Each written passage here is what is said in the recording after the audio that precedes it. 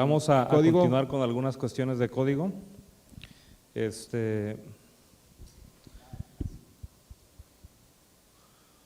Ok. Código Fiscal de la Federación ha venido teniendo cambios desde 2014, y cada año ya sabemos que va a haber algo nuevo, ¿no? Y a veces son cosas minúsculas, pero que nos impactan en el día a día. Entonces, más que nada, parte de lo que se va a comentar el día de hoy es el día a día. O sea, a lo mejor cuestiones que no nos impactan en lo cotidiano, no tendría caso de verlo ahorita, para no alargarnos más, pero vamos a enfocarnos mucho en lo que viene siendo la cancelación y restricción de certificado de sellos digitales. ¿Por qué? Porque es el que te permite facturar. Entonces, si tu certificado lo tienes cancelado, lo tienes restringido, pues tu empresa no va a caminar. Esto lo necesitas para sí o sí. Entonces, derivado de los cambios que ha habido año con año, sabemos que el 69, que son operaciones simuladas, el 17H y 17H bis, que son estos temas, han ido evolucionando la materia fiscal en el país. ¿Por qué? Porque ordinariamente o anteriormente la materia fiscal se limitaba a actos de fiscalización a través de facultades de comprobación. ¿Qué es esto? A través de una auditoría. Y era como se venía haciendo año con año, y era la forma en que la autoridad conocía si tú estabas cumpliendo con tus obligaciones. Entonces, era en los términos del 42 de código, era auditoría a través de visita domiciliaria o revisión de gabinete. Entonces, era la forma común de hacerlo. El día de hoy, en la actualidad, sabemos que la autoridad tiene medios de control mucho más efectivos y más rápidos que una auditoría. Entonces, tenemos procedimientos internos dentro del mismo código, como lo es el 17H, 17H bis, 69B, 69 bis.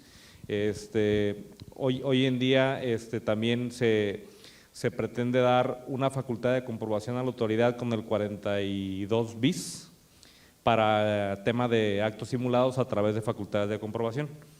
¿Qué es esto? Que la autoridad advierte que hay un tema de venta o enajenación de facturas, emisión de comprobantes fiscales de manera simulada, y no tiene que implementarte el procedimiento, sino que únicamente lo advirtió en sus facultades y de ahí te lo aplica, ¿no? Entonces, estos supuestos de operaciones simuladas y de actos específicos previstos por el 17H bis, si se llevó a cabo el procedimiento y no se solventó de manera favorable para el contribuyente, vas a tener cancelado tu certificado y no va a haber de otra más que corrijas tu situación fiscal. ¿Qué es esto? Que hagas lo que la autoridad quiere, ¿no? Entonces, puede haber casos que son materialmente imposible que se haga, pero ya se tendría que ver sobre el supuesto específico, ¿no? Entonces, concluyendo con el tema de la cancelación, si fuiste parte de un procedimiento de 69 como EDO o como EFO y no solventaste, pues como EDO vas a pagar tu impuesto, y como EFO pues todas las implicaciones que esto conlleva, ¿no? Entonces, las nuevas restricciones para certificados de sellos digitales las vamos a ver de manera muy rapidita para no entrar en tanto detalle, pero hay que conocerlas, ¿no? Entonces, uno de los primeros cambios es la resistencia del contribuyente a la verificación de obligaciones fiscales. El tema de obstaculización, que te digan no está el contribuyente, te hagan un requerimiento y no lo cumplas, todo eso puede entrar como una resistencia y eso puede ser un motivo para que te restrinjan tu certificado. Entonces, ya sabemos que hay un procedimiento de aclaración y hay un procedimiento de desvirtuación para efecto de que se te vuelvan a habilitar tus certificados y puedas seguir facturando en el periodo, siempre y cuando también en el fondo desvirtúes el supuesto de la autoridad. Algo muy relacionado ahorita con lo que acaba de hablar el contador Juan José, el tema de materialidad. Esto es un supuesto en que la autoridad fiscal se ha basado en los últimos años. ¿Por qué? Para evitar la simulación. Entonces, la materialidad está presente en casi todos los actos de carácter fiscal. Entonces, nos puede llevar a absurdos legales, nos puede llevar a cuestiones excesivas a cargo del contribuyente de manera administrativa. Sí puede pasar. ¿Por qué? Porque tienes que acreditar que estás haciendo a lo que te dedicas, ¿no? Prácticamente para todo. Aunque no se trate de un procedimiento de simulación de operaciones como en la enajenación de estas facturas que se viene dando año con año y que nos ha llevado a que incluso sea catalogado como delincuencia organizada y que se haya querido llevar como violación a la seguridad nacional, que eso es otro tema, ¿no? Entonces, la materialidad, pues sugerencia, hay que generar soportes, hay que generar la evidencia de que se ha llevado las cosas, como lo que estamos viendo ahorita con el CFDI, ¿no? Para el tema del 4.0. Entonces, inconsistencias en el ingreso declarado, esto tiene que ver con cómo declaras, ¿no? El hecho de declarar en ceros ya te puede impactar sin tenerlo, ¿no? Y sabemos que es una práctica que puede existir para ciertos contribuyentes, para el hecho de decir, ¿sabes qué? Declara en ceros esta vez, para sacar la opinión de cumplimiento en positivo o no sé, por muchas razones. Entonces, esto como lo maneja la autoridad, que dice que haya ingreso declarado, valor de actos o actividades para tema de IVA, consignados en declaraciones que no concuerden con el CFDI, estados de cuenta, expedientes o la base de datos de las autoridades, eso es muy subjetivo, ¿no? Porque de las bases de datos de las autoridades puede ir desde una estadística que tengas para unas caídas recaudatorias que dice la autoridad, tú vienes declarando mes con mes X cantidad y en este mes se bajó. Entonces eso en un sentido estricto podría entrar como inconsistencia, ¿no? Si la autoridad lo quiere ver así. Entonces, el hecho de que digas no tuve ingreso, pero tu estado de cuenta refleja lo contrario y no tengas FDIs o hacerlo parcialmente puede entrar. Entonces, ese es un tema muy delicado para este año, porque son cuestiones que en el día a día uno quizá no lo valora o quizá no le piensa que no impacta y realmente ya estamos viendo que nos puede frenar la operación cotidiana de la empresa. Otra cuestión que seguramente se va a ver más adelante, que es que tengas un socio o accionista que tenga una irregularidad en su situación fiscal. ¿Qué es esto? Parte relacionada, ¿no? Tengas un socio incumplido. El hecho de que tengas un socio incumplido te va a castigar. Y eso, pues, ahora sí que si lo vemos a un nivel de derechos humanos, pues hay un retroceso. Entendemos que hay un abuso en la forma de operar por parte de ciertos grupos a través de ciertos esquemas y que es la forma de tratar de acotar esto, pero bueno, termina por limitar los derechos de otros, ¿no? Entonces, tú porque tengas un socio, tú trabajas como persona física, pero también tienes una actividad de socio en otra actividad diversa y que tu socio cuente con irregularidades en otra empresa, eso no debería delimitar tu situación fiscal, pero va a acontecer. Aquí es donde entra el tema de la aclaración. La aclaración, acá hace referencia al 17H bis, en el segundo párrafo te dice que tú podrás aclarar las cuestiones que la autoridad te esté observando y te empieza a correr un plazo. Entonces, dice la autoridad, para efecto de que pueda hacer la aclaración, te tienes que regularizar. De lo contrario, el plazo te va a seguir corriendo. Y eso, pues, va a terminar impactándote a ti. ¿Por qué? Porque vas a tener que hacer lo que la autoridad quiere para poder aclarar. Es ilógico.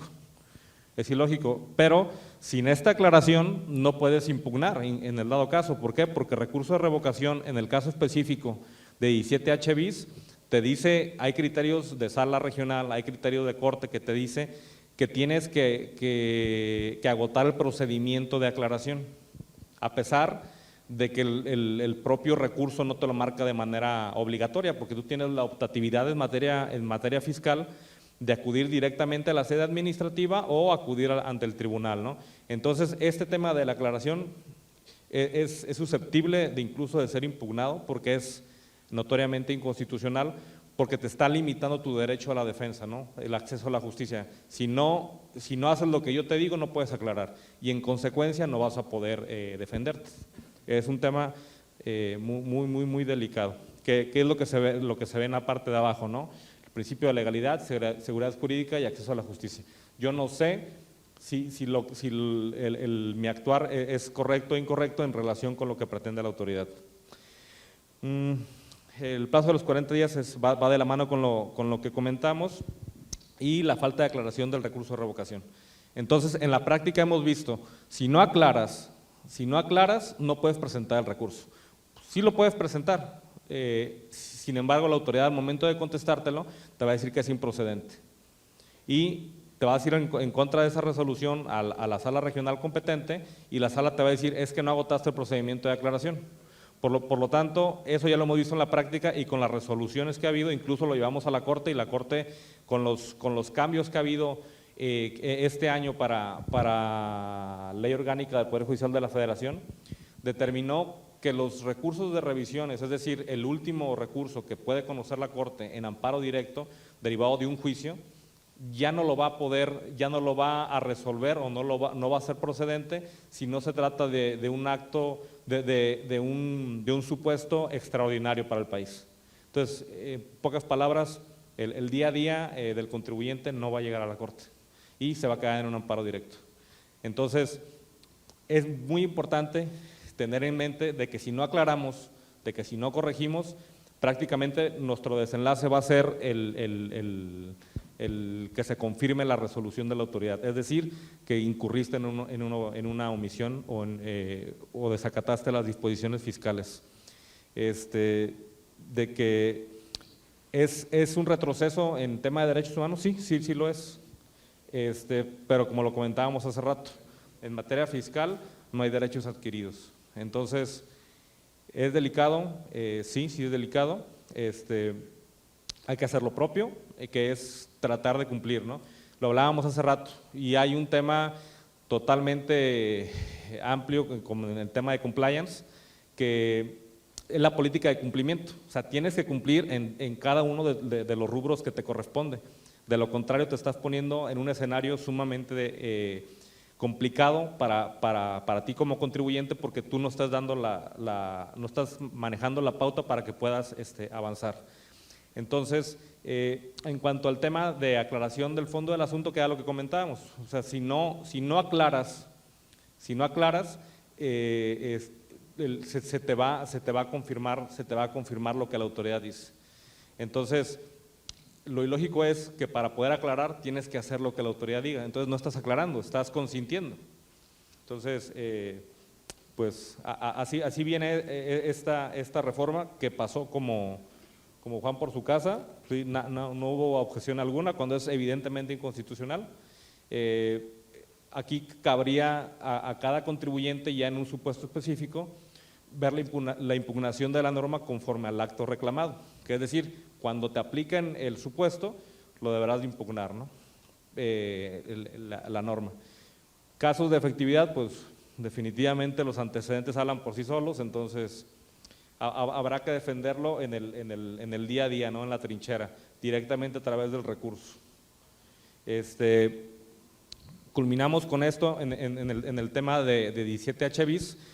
Concluyendo un poquito con esto, la autoridad cada año cierra más el círculo y lo vemos con la subcontratación, la vemos con los FDIs, la vemos con Recico, que ahorita lo van a detallar, lo vemos con las cuestiones inherentes a que tú puedas facturar con los certificados de sellos digitales. y vas viendo que la materia cada vez es más complicada para el contribuyente, porque tienes obligaciones de un lado y obligaciones de otro, y tus derechos prácticamente pues, se han ido esfumando, ¿no? Entonces, los criterios jurisdiccionales pues cada vez van más a la baja, hay cosas que son evidentes y que pues, se tienen que solventar en ese sentido, ¿no? Pero la inconstitucionalidad de una norma como esta, cuando antes tenías la capacidad o la oportunidad, hoy también se tiene. Sin embargo, los antecedentes no nos respaldan es difícil para un abogado decir eso, ¿no? Decir yo me dedico a eso, ¿no? Pero hay antecedentes desde pues Impact, ¿no? Que fue el último hasta la fecha. Entonces, ¿qué es lo mejor? Pues cambiar de ser reactivos a ser proactivos. Como contribuyente, prever que una de las cuestiones que me puedan impactar, pues crear una política de riesgos directamente con tu empresa, con tus asesores, para decir cuál es el riesgo que puedo tener y hay que tratar de solventarlo, no quedarnos únicamente con el tema de la impugnación, que definitivamente hay que hacerla, no hay que consentir, pero hay que prever esas situaciones o por lo menos dar los elementos para una eventual defensa. Entonces, no sé si alguien tenga alguna duda o algún comentario.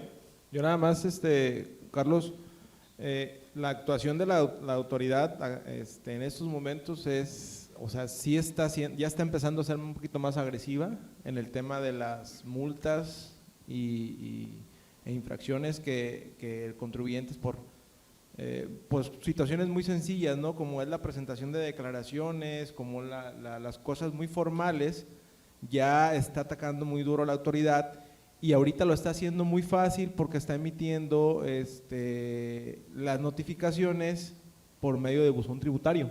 Sí, claro. Y mucha gente no tiene su buzón tributario actualizado, los datos, o un teléfono o un correo electrónico. Entonces la autoridad nos está tocando casos ahorita de que ya hay notificaciones de hace meses, pero que no sabíamos porque el correo que se había manifestado o el teléfono ya no existen o no eran los que deberían de ser, ¿no? Entonces aquí un comentario referente aquí a código es que su buzón tributario contenga la información actualizada para que cualquier notificación que llegue, pues estemos en tiempo de poder resolver algún tema, ¿no?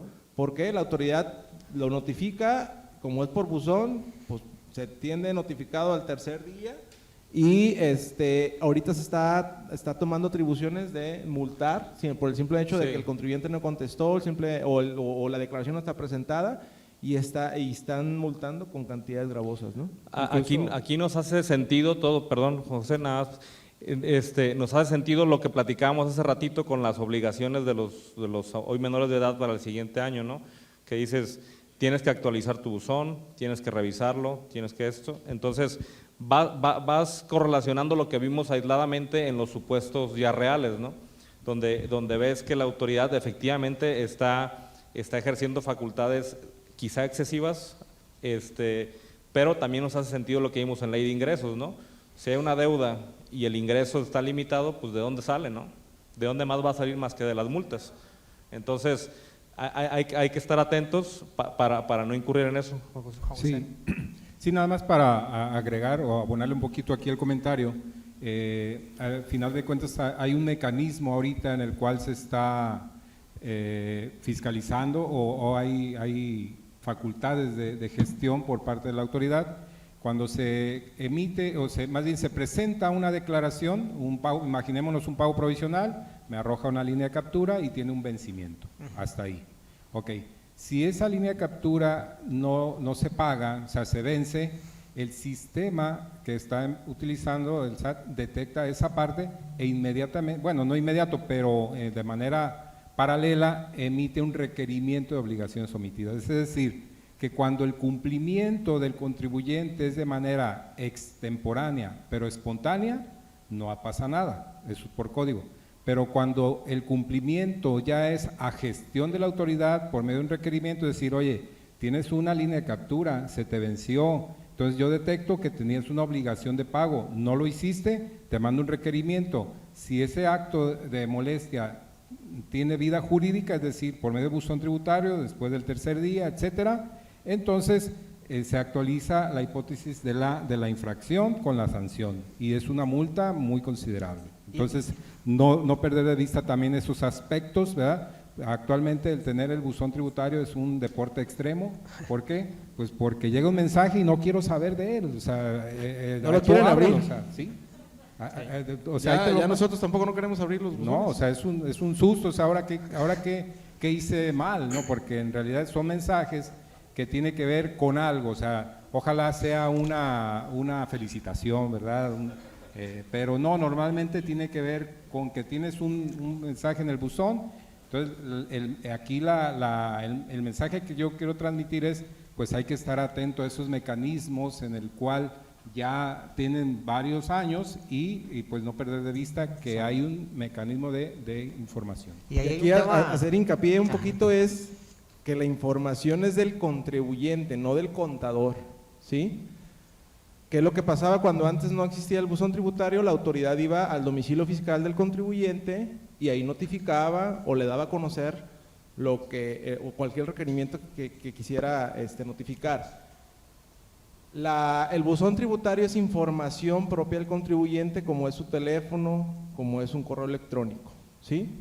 Nosotros hemos alternamente, con una alternativa hemos puesto algún correo de nosotros como despacho, pero realmente la obligación es del contribuyente el que en su correo electrónico, su contacto, teléfono, le lleguen las notificaciones, ¿sí? Nosotros, repito, alternamente hemos puesto un correo para nosotros darnos cuenta y que si el contribuyente no revisó su correo, nosotros lo podamos hacer, pero es obligación del contribuyente, ¿sí? Ahí quería comentar, ayer platicábamos Rafa y yo esa situación que decíamos del pago provisional, ¿no? Del vencimiento. Hay mucha confusión. Cuando le manda la línea de captura al cliente, normalmente a veces hay un plazo adicional al pago, pero eso es diferente al cumplimiento de la obligación. Y por eso se sale sale el caso que llega al requerimiento, ¿no? Hay clientes que esperan el último día de la línea del acuse para pagarlo, pero realmente el pago ya está vencido porque se debió haber presentado, la ley dice el 17 de cada mes o por RFC te da ciertos días adicionales. Y resulta que ahorita actualmente están, pues acuérdense que la tecnología ya la tiene el SAT, están haciendo inmediatamente el requerimiento y tú tienes la línea de pago y dices, oye, pues todavía no o sea, está vigente. No, es cosa diferente. Una cosa es el límite del presentar la declaración y es presentarla, declararla y pagarla, y otra cosa es el acuse de pago bancario, son cosas diferentes. Entonces, para que estén en cuenta eso, porque eso está conllevando a que ahorita el cliente se confía por la línea de captura y al final la multa es viable porque no ha pagado en tiempo y forma, ¿no? Muchas gracias.